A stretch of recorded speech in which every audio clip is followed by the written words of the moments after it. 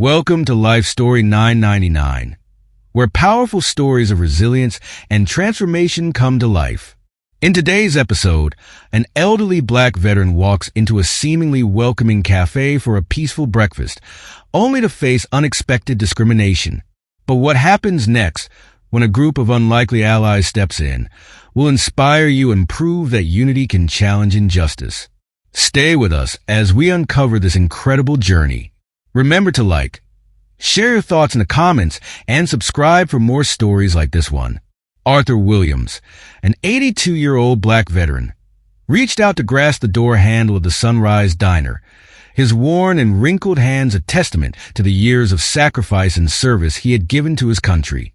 On this peaceful Sunday morning, Arthur had only one wish: to sit down and enjoy a simple breakfast in tranquility.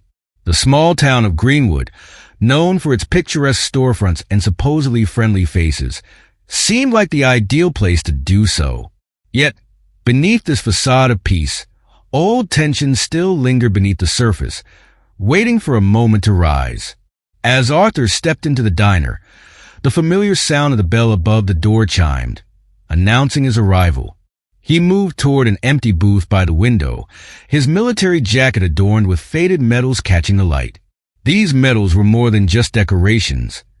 They were symbols of his devotion, courage, and the sacrifices he had made throughout his life. Arthur settled into his seat, his eyes gazing out at the quiet street, unaware that this morning would be far from routine. It would soon become a moment that would shape his perspective forever. As Arthur waited patiently, the cafe's owner, Mark Harris, watched from behind the counter. Mark's eyes narrowed, his expression hardening as he assessed the elderly man seated by the window. Mark had never been one to hide his disdain, and today was no different. To him, Arthur's presence in his establishment felt like an affront, despite the veteran's dignified aura. Mark's gaze lingered on Arthur's medals, but they didn't stir admiration, only resentment. In a far corner of the diner, a group of motorcyclists sat in silence, their rugged appearances contrasting with the quaint setting. They seemed to be in their own world, sipping coffee and exchanging the occasional low comment. Despite their tough exterior, the group was quietly observant. They noticed the subtle change in Mark's demeanor as he watched Arthur, and something about it didn't sit right with them. The men exchanged glances, unspoken words passing between them as they collectively tuned into the scene unfolding across the diner. Arthur smiled at the young waitress named Emma as she approached with a coffee pot in hand. "Good morning, sir," she said warmly, her eyes crinkling as she smiled. Arthur returned the greeting, feeling a sense of calm settle over him. Emma poured him a cup of coffee, and for a moment, everything seemed just as it should be, a peaceful breakfast in a small-town diner. But as Mark began to move from behind the counter toward Arthur's table, the tension in the room shifted. The motorcyclists watched closely, their casual demeanor giving way to alertness. They sensed that the cafe owner's approach was not a friendly one, and they were right. What none of them knew was how this one moment, this simple breakfast, would bring strangers together in a way that would challenge everything they believed about their town, their values, and each other. Arthur's warm smile was met by the young waitress, Emma, who escorted him to a cozy booth near the window. She greeted him with a friendly, "Good morning, sir," her voice bright and cheerful. Arthur appreciated her warmth as he settled into a seat, taking in the comforting atmosphere around him. Families chatting over breakfast, couples laughing softly, and the delicious aroma of sizzling bacon wafting through the air. Emma returned shortly, placing a steaming mug of coffee in front of Arthur. He thanked her and began to relax, ready to enjoy a quiet, peaceful morning. As Arthur sipped his coffee, he admired the simplicity of the small-town diner. The worn linoleum floors, the faded pictures of Greenwood from decades past, the quiet hum of the conversations around him. It reminded him of simpler times, before the complexities of the world had taken over. He was lost in thought when he noticed Mark Harris, the owner, approaching his table. Mark had been standing behind the counter, watching Arthur since he walked in.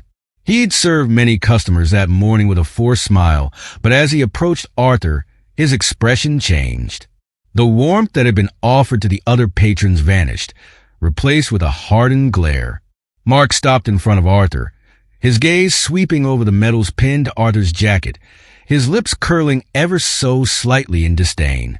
"We're full up today," Mark said, his tone gruff and unfriendly. Arthur glanced around, his brow furrowed. The diner had plenty of empty seats.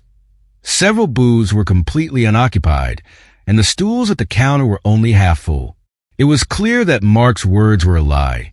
"I'm sorry," Arthur began, his voice calm, "but it seems like there are several open seats." His tone was patient, though the sting of rejection began to make itself known in his chest. He had hoped for a quiet meal, but he could sense the tension rising between himself and the cafe owner. Mark's face reddened, his jaw tightening. "I said we're full," he repeated, his voice rising slightly. "We reserve the right to refuse service to anyone." The statement hung heavily in the air, its implication unmistakable. Conversations around the cafe quieted, and Arthur could feel the eyes of the other patrons turning toward them. Arthur took a deep breath. He had faced prejudice before. He'd faced much worse in his life. Yet, each time it happened, it was a fresh wound. The hurt never fully dulled. Slowly, Arthur began to rise from his seat, his movements deliberate, his expression composed. He wasn't about to create a scene, even if Mark was clearly trying to provoke him. Before Arthur could fully stand, a voice cut through the silence. "Is there a problem here?" It was deep, steady, carrying a weight of authority. Arthur looked up to see one of the motorcyclists from across the diner approaching. He was a tall man with a graying beard and eyes that spoke of experience. His name was Jack. Mark hesitated, his previous bravado faltering under Jack's steady gaze. "This is my diner," Mark stammered, his voice lacking the force it held before. "I decide who stays and who goes." Jack nodded slowly, his eyes never leaving Mark's.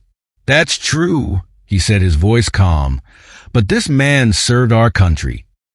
He deserves the same respect as anyone else in here." He gestured toward Arthur, who remained standing, his eyes meeting Jack's with a mixture of surprise and gratitude. Behind Jack, the other motorcyclists had also stood up. They were a formidable group, their leather jackets adorned with military insignias. They were veterans too, men who understood sacrifice, camaraderie, and what it meant to stand up for one another. The atmosphere in the diner grew tense, the silent support of Jack's group unmistakable. Mark's eyes flickered nervously from Jack to the other bikers, then to the other patrons, many of whom were watching intently. The room was heavy with an unspoken challenge, a test of character that Mark was failing by the second. His authority was slipping, and he knew it. "You need to leave," Mark insisted, though his voice trembled now, his earlier confidence nowhere to be found. Jack shook his head, a faint smile on his lips. "No, we're not leaving," he said firmly. "Not until you treat this man with the respect he's earned." Jack's words were clear, resonating through the room. The motorcyclists nodded in agreement, their collective presence a stark reminder of the strength found in unity. Mark's face flushed with a mixture of anger and fear. He looked around the diner, hoping for support from the other patrons, but found none. Most of them averted their eyes, unwilling to involve themselves. Even Emma, the young waitress, stood by the counter, her face pale, her notepad clutched tightly to her chest. She looked torn, clearly uncomfortable with what was happening. Arthur, still standing, felt a warmth spreading in his chest, not from the confrontation, but from the unexpected solidarity of Jack and his friends. He had walked into this diner alone, expecting nothing more than a meal. Yet here he was, surrounded by strangers who had become allies in an instant. It was a powerful reminder of the goodness that could still be found in people. Seeing no way to regain control, Mark finally spat out, "Fine. Just get out, all of you." His voice cracked slightly, betraying the fear he tried to mask. Jack turned to Arthur, his expression softening. "You don't have to leave," he said quietly. "Not if you don't want to."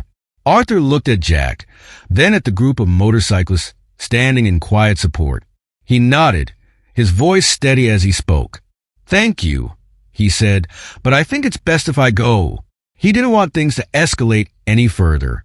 He knew when it was time to stand his ground and when it was time to step back. Jack nodded, understanding in his eyes. "We'll walk out with you," he said. Arthur agreed, and together, they began to move toward the door, the motorcyclist falling in step behind them. Before they left, Jack paused, turning back to Mark. "You should think about the kind of place you want this to be," he said, his voice low but carrying weight, "because we're not done here." With that, the group exited the diner, leaving behind a silence that spoke volumes. The tension hung in the air, but so did the sense of something powerful. A shift, a moment of reckoning that everyone in that room would remember. Arthur stepped out into the morning light, surrounded by his unexpected allies, his heart heavy but also filled with a newfound hope. Sometimes, even the smallest acts of solidarity could make the biggest difference. The patrons in the diner watched in silence as Jack and his group surrounded Arthur, forming a protective barrier. Mark's face turned a deep shade of red, a mix of anger and fear clouding his features. He had always been in control of his diner, but today, that control was slipping through his fingers. He wasn't used to being challenged, and certainly not by a group of veterans standing up for one of their own. "You need to leave," Mark repeated, though his voice wavered now, lacking the force it held before. Jack met his gaze unflinching, shaking his head slowly. "No, we're not leaving," he said firmly. "Not until you show this man some respect." Mark's eyes darted around the diner, searching for support, but he found only averted gazes or looks of disapproval. The customers had fallen silent, their earlier chatter replaced by an uncomfortable stillness. Even Emma, the young waitress who had greeted Arthur so warmly, looked down at her shoes, her notepad clutched tightly to her chest. Her knuckles were white from the pressure, and her discomfort was written plainly across her face. Seeing no way to regain his footing, Mark's voice cracked as he spat out. "Fine. Just get out. All of you." His words were empty, a final attempt to assert his authority, though it was clear to everyone in the diner that his power had crumbled. Jack turned to Arthur, his eyes softening. "You don't have to leave unless you want to," he said gently. The offer one of genuine care. Arthur looked at Jack, then at the bikers who had come to stand by his side. He felt a mix of emotions, gratitude, surprise, and a deep sense of connection to these strangers who had chosen to stand with him. Despite the solidarity, Arthur nodded. He didn't want to make things worse. "It's best if I go," he said quietly. Jack gave him a nod of understanding, the respect evident in his expression. "We'll walk out with you," he replied. Arthur gave him a faint smile, and together they moved toward the door, the motorcyclists following close behind, their presence a statement of unity. Before stepping out, Jack paused, turning back to face Mark one last time. His voice was calm, but carried a weight that filled the room. "You should think about what kind of business you want to run. We're not done here." Outside, the morning sun bathed the street in a golden light, a stark contrast to the tension that still lingered inside the diner. The group of bikers gathered around Arthur, creating a protective circle. Jack stepped closer, placing a hand on Arthur's shoulder, his voice filled with concern. "You all right?" he asked. Arthur nodded, though his voice trembled slightly when he replied, "Thank you. I didn't expect any of this." He looked at the group around him, his eyes filled with emotion. It wasn't often that strangers stood up for him, not like this. Jack gave him a reassuring smile, a determined glint in his eyes. "We take care of our own," he said simply. "This isn't over. Mark's going to understand that actions have consequences." Arthur's brow furrowed slightly at Jack's words, concern etched in his features. "I don't want any violence," he said softly. Jack shook his head immediately, his expression sincere. "Don't worry," he said. "We have other ways to handle this. Violence isn't the answer, but that doesn't mean we let it slide." The other bikers nodded in agreement, their faces resolute. They had been through enough in their lives to know that change didn't always come from force. Sometimes it was about making your presence known, standing firm without raising a fist. The group lingered for a moment, a shared understanding passing between them. Arthur felt a surge of emotion welling up in his chest. It had been a long time since he had experienced this kind of camaraderie, this sense of belonging. He had walked into that diner alone, expecting nothing more than a quiet meal. But now, surrounded by these men who had chosen to stand by his side, he felt something shift within him, a hope that maybe, just maybe, things could change. Jack turned to the others, his voice steady. "We need to make sure Mark knows we're serious," he said. "He thinks he can get away with treating people like that, but we're going to show him he's wrong." The bikers nodded in agreement, their expressions determined. It wasn't about causing trouble. It was about making sure that the message was heard loud and clear. Arthur listened, his heart heavy but hopeful. He knew that change didn't come easy, especially in places like Greenwood, where old habits died hard. But seeing these men, veterans like himself, willing to stand up for what was right, gave him a sense of hope he hadn't felt in years. Maybe they couldn't change everyone's mind, but they could at least make a start. "What are you planning to do?" Arthur asked, his curiosity getting the better of him. Jack looked at him, a hint of a smile playing on his lips. "Nothing illegal, I promise you that," he said. "But we're going to make sure that Mark knows he can't run his business this way without consequences. He wants to refuse service? Well, we'll make sure he understands what it feels like to lose it." Arthur nodded slowly. He wasn't sure exactly what Jack had in mind, but he trusted him. There was a sincerity in Jack's eyes, a sense of justice that resonated with Arthur's own beliefs. He knew they were on the same side, not just as veterans, but as men who believed in doing what was right. With a final nod, Jack turned to the rest of the group. "Let's go," he said, and together they mounted their motorcycles, the engines roaring to life in a powerful chorus. Arthur watched as they rode off, their figures fading into the distance, leaving him standing there, a mix of emotions swirling within him. He felt grateful, overwhelmed, but also a sense of purpose. Arthur took a deep breath, the morning air filling his lungs. He looked back at the diner, the memories of what had just happened fresh in his mind. He knew this wasn't the end. Not for him, not for Jack, and certainly not for Mark. Change was coming. And Arthur knew that sometimes it took moments like this, moments of standing up, of speaking out, to make a difference. As he began to walk away, Arthur felt a renewed sense of strength. He had faced many battles in his life, and while this one was different, it was no less important. He may have walked out of that diner, but he wasn't backing down. Not today. Not ever. And with allies like Jack and his group, he knew he wouldn't have to fight alone. The next morning, Arthur decided to take a walk into town. His curiosity got the better of him, wondering if anything had changed after what had transpired the previous day. As he approached the Sunrise Diner, he noticed an unusually large crowd gathered in front of it. He moved closer, his eyes widening with surprise. Dozens of motorcycles were parked in front of the diner, and their owners, Jack's group and more, stood silently, forming a barrier to the entrance. Their jackets gleamed in the morning sun, adorned with military patches and insignias. The scene was both peaceful and powerful, their presence a silent protest against Mark's discriminatory actions.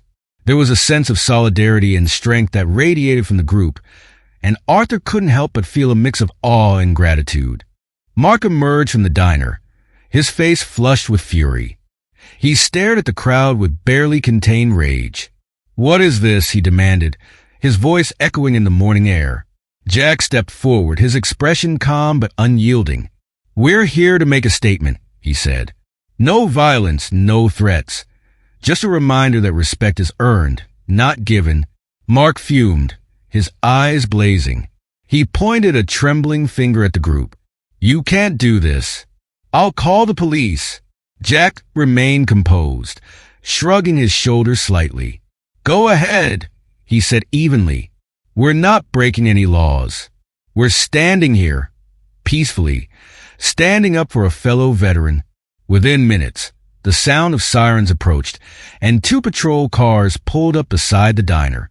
Officers stepped out, their eyes scanning the scene, taking in the group of bikers, the parked motorcycles, and the anxious crowd. One of the officers, a man with graying hair and a kind face, approached Jack. "What's going on here?" he asked, his tone professional but cautious. Jack met his gaze with respect. "We're here for a peaceful protest," he explained. "No one's blocking the entrance. We're not obstructing business, just making our presence known. We're here to stand against the discrimination that took place here yesterday." The officer nodded, then turned his attention to Arthur, recognizing him from around town. "Mr. Williams," he said, his voice gentle, "is it true you were refused service here?" Arthur stepped forward, his voice unwavering. "Yes," he said, meeting the officer's eyes. "I was refused service because of the color of my skin." A murmur ran through the crowd, and the officer's expression hardened slightly. He turned back to Jack and his group, then addressed Mark, who stood fuming by the diner's entrance. "As long as this remains peaceful, they're within their rights," the officer said firmly. Mark's face reddened further, and he spun on his heel, storming back into the diner, the door slamming shut behind him. As the day wore on, more and more people began to gather. Neighbors showed up, expressing their support for Arthur and their outrage at what had happened. The quiet protest had grown into something much larger, a community movement. News vans arrived, reporters eager to cover the unfolding story. Jack spoke to them, his words steady and powerful as he recounted the events of the previous day. He spoke not only of the discrimination Arthur had faced, but of the need for change in their small town, a change that had been long overdue. Arthur watched as Jack addressed the cameras, his heart swelling with a mixture of pride and hope. It wasn't just about him anymore. This had become about something bigger, a stand against the prejudices that had simmered beneath the surface of Greenwood for too long. The protest grew, and with it, the energy of the crowd. People who had never spoken out before found their voices, sharing stories of their own experiences, their own hopes for a better community. Emma, the young waitress from the diner, eventually made her way through the crowd to Arthur's side. Her eyes were red, and she looked both nervous and determined. "Mr. Williams," she began, her voice trembling slightly, "I just wanted to say I'm so sorry for what happened yesterday. I should have said something. I was scared, but that doesn't make it right." Arthur looked at her, his expression softening. He could see the sincerity in her eyes, the genuine regret. He placed a gentle hand on her shoulder. "Thank you, Emma," he said quietly. "It takes courage to come out here today. We all have things we're afraid of, but standing up now, that means a lot." Emma nodded, tears welling in her eyes, and she gave Arthur a small, grateful smile before stepping back into the crowd. Arthur turned his gaze back to the scene in front of him. He saw people of all ages, races, and backgrounds coming together, united by a shared belief in justice and equality. It was a sight he hadn't dared to dream of, and yet, here it was, unfolding before him. The hours passed, and the protest showed no signs of dwindling. The crowd only seemed to grow larger, and the presence of the bikers remained steady and unwavering. Jack and his group stood at the forefront, their silence powerful, their resolve unbroken. They were a wall of strength, a reminder that they would not be intimidated, not today, not ever. By midday, the local news stations were broadcasting live, and the story of what had happened at the Sunrise Diner was spreading beyond Greenwood.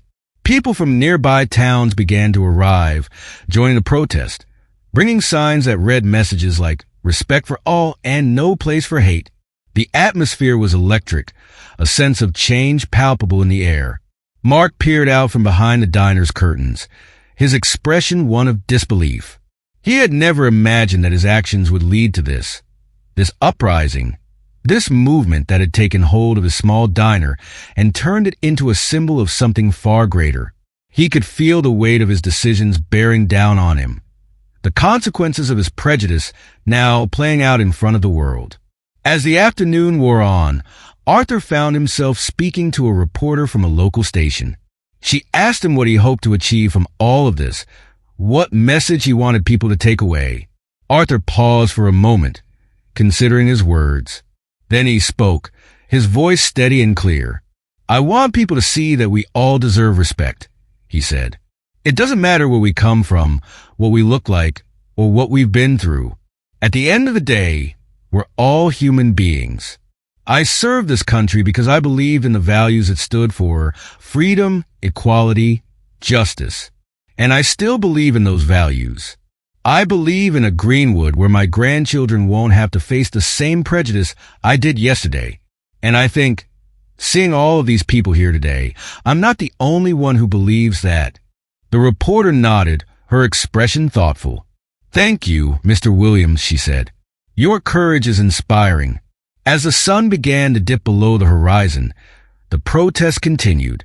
People lit candles, holding them high as a symbol of hope. The flickering flames cast a warm glow over the crowd, a soft light in the gathering dusk.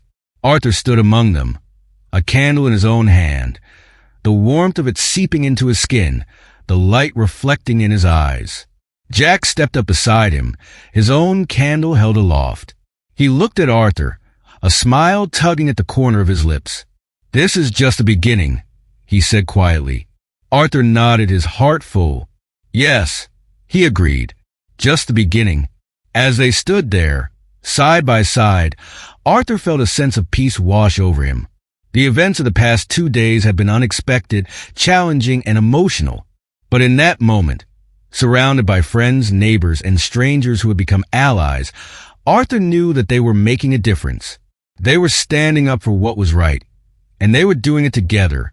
And sometimes, that was all it took to change the world. One small town, one voice, one act of courage at a time.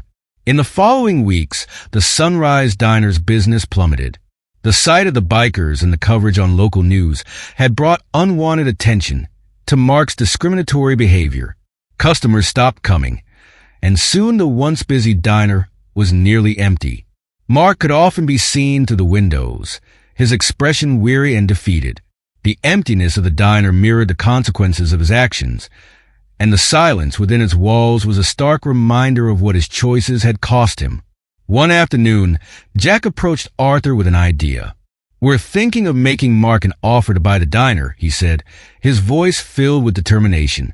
"Turn it into a place that stands for what this town should be, inclusive and welcoming."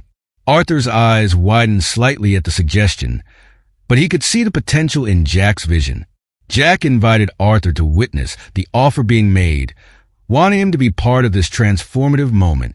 A few days later, Jack and a small group of bikers walked into the nearly empty diner. The bell above the door chimed, echoing in the stillness. Mark looked up from behind the counter, his eyes widening as he took in the sight of Jack and his companions. His expression was a mixture of fear and resignation. He knew why they were here. Jack stepped forward, placing an offer letter on the table in front of Mark. "We're offering to buy the diner at a fair price," Jack said calmly, his voice steady. "You have a chance to walk away and let something better take its place." Mark stared at the paper, his hands trembling slightly as he picked up the letter. The silence in the diner was palpable, the weight of the moment pressing down on everyone present. Mark hesitated, his eyes flicking up to meet Jack's. For a long moment, he seemed to be grappling with his pride, the reality of his situation sinking in. Finally, he let out a shaky breath, picked up a pen, and signed his name. Arthur watched as the transaction unfolded. It felt like the closing of one chapter and the beginning of a new one. The Sunrise Diner, once a symbol of exclusion, would now become a beacon of hope and unity. Over the next several weeks, renovations began. The old Sunrise Diner sign was taken down, replaced by a new one that read, "The Unity Café." The transformation of the diner was not just physical, but symbolic. The interior was completely revamped, with new decorations celebrating the diversity of the community and honoring the veterans who had served their country. Walls that once held fading pictures of the past were now adorned with photographs depicting moments of unity and progress. Images of families, veterans, and the people of Greenwood coming together. The grand reopening of the diner, now the Unity Café, was a community event. People from all over Greenwood came to see the changes, to be part of the new beginning. Families, bikers, young and old gathered to celebrate. The atmosphere was electric with hope and excitement, a stark contrast to the tension that had once filled the space. The smell of freshly brewed coffee and warm pastries filled the air, and the sound of laughter and conversation created a comforting symphony. Arthur was a guest of honor that day, the first customer to step through the doors of the newly transformed cafe. Jack greeted him at the entrance, a broad smile on his face. "Come on in, Arthur," he said, leading him to a booth by the window. Arthur looked around, his eyes taking in the bright, welcoming space. He saw Emma, the young waitress who had apologized to him during the protest, now working comfortably, her face lit up with a genuine smile as she served customers. Jack slid into the booth across from Arthur, his eyes searching Arthur's face. "What do you think?" he asked, a hint of nervousness in his voice. Arthur took a moment before answering, his gaze sweeping across the room. He saw families of different backgrounds sharing meals, children laughing, people chatting. A true representation of the community he had always hoped to see. "It's perfect," Arthur said, his voice filled with emotion. "You've made something beautiful out of something so painful." Jack's face broke into a relieved smile and he nodded, the weight of the past few weeks lifting off his shoulders. "That's what we wanted," he replied. "To turn this place into something that brings people together, instead of pushing them apart." As the day went on, the Unity Café continued to fill with people. Arthur watched as Jack moved around the room, greeting patrons, making sure everyone felt welcome. It was clear that Jack and his friends had poured their hearts into this place, and the community had responded. Emma came over to refill Arthur's coffee, her smile bright and genuine. "It's so different now," she said softly, glancing around. "I never thought I'd see something like this here." Arthur nodded, his eyes following hers. "It's amazing what people can do when they come together," he said. He looked up at her, his expression warm. "And it takes people like you, Emma. People willing to change, to make it happen." Emma's eyes glistened, and she gave a small nod before moving on to the next table, her heart a little lighter. Throughout the afternoon, Arthur saw more familiar faces. People who had been at the protest, neighbors who had come to show their support. Each time someone new walked through the door, they were greeted with warmth and kindness, a reflection of what the Unity Café stood for. It wasn't just a place to eat. It was a symbol of what Greenwood could be when people chose to stand up for one another. Later, as the sun began to set, Jack joined Arthur at his booth once more. The cafe was still buzzing with activity, but there was a sense of calm that had settled over the room. Jack looked out the window, watching the golden light filter through the glass. "You know," he said quietly, "when we first decided to do this, I wasn't sure if it would work. I wasn't sure if people would want to come back." Arthur smiled, a knowing look in his eyes. "Change is hard," he said, "but when people see that it's for the better, they'll come around. You've given them a place to belong, Jack. That's something special." Jack turned to look at Arthur, his expression thoughtful. "We did this together," he said. "All of us. You, me, the guys, everyone who showed up that day. We made this happen." Arthur nodded, his heart swelling with pride. "And it's just the beginning," he said, echoing the words Jack had spoken at the protest. "This place, it's going to mean something to people. It's going to remind them that change is possible, even when it feels like the world is against you." Jack reached across the table, clasping Arthur's hand in a firm handshake. "To new beginnings," he said, his voice full of emotion. Arthur returned the handshake, a smile spreading across his face. "To new beginnings," he repeated. As the evening continued, the Unity Café remained filled with laughter and warmth. The lights inside cast a gentle glow, and the sound of clinking dishes and happy chatter filled the air. Arthur watched it all, his heart full. He knew there was still work to be done, still battles to be fought, still minds to be changed. But for now, in this moment, he allowed himself to feel the joy of what they had accomplished. The Unity Café was more than just a restaurant. It was a testament to resilience, to the power of community, and to the belief that change was always within reach. And as Arthur sat there, surrounded by friends and neighbors, he knew that Greenwood was on its way to becoming the town he had always dreamed it could be, one where everyone was truly welcome. As the day continued, the Unity Café buzzed with life. Arthur watched as a young boy approached an elderly couple seated at a nearby table. The child struck up a conversation, his eyes bright with curiosity, and the couple's faces lit up with joy. It was a small moment, but it represented something much larger. The breaking down of barriers, a glimpse of a future where kindness prevailed over prejudice.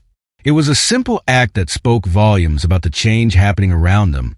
Jack returned to Arthur's side, gesturing towards the bustling cafe. "This is what it's all about," he said softly, his voice filled with pride. Arthur looked at Jack, then back at the lively scene unfolding before them. People of all backgrounds were gathered, sharing stories, meals, and laughter.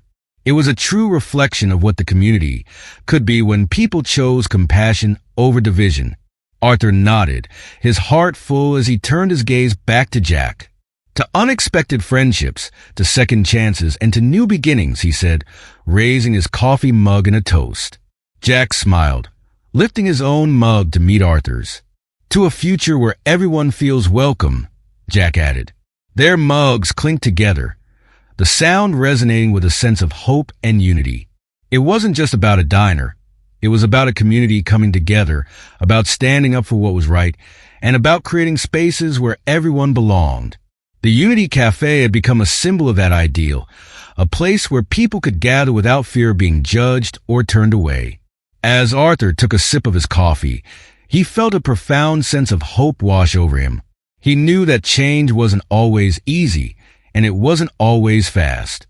But it was moments like this, small acts of kindness, people standing up for one another, that paved the way for something better. Arthur realized that they had accomplished something truly special, and though there was still work to be done, he knew they were on the right path. Jack looked around the cafe, his eyes softening as he watched the joyful interactions taking place. "We did good, Arthur," he said quietly, his voice filled with emotion. Arthur smiled, his eyes glistening. "We did," he agreed, "and this is just the beginning." The Unity Café had become more than just a place to grab a meal. It was a testament to resilience, unity, and the belief that change was possible.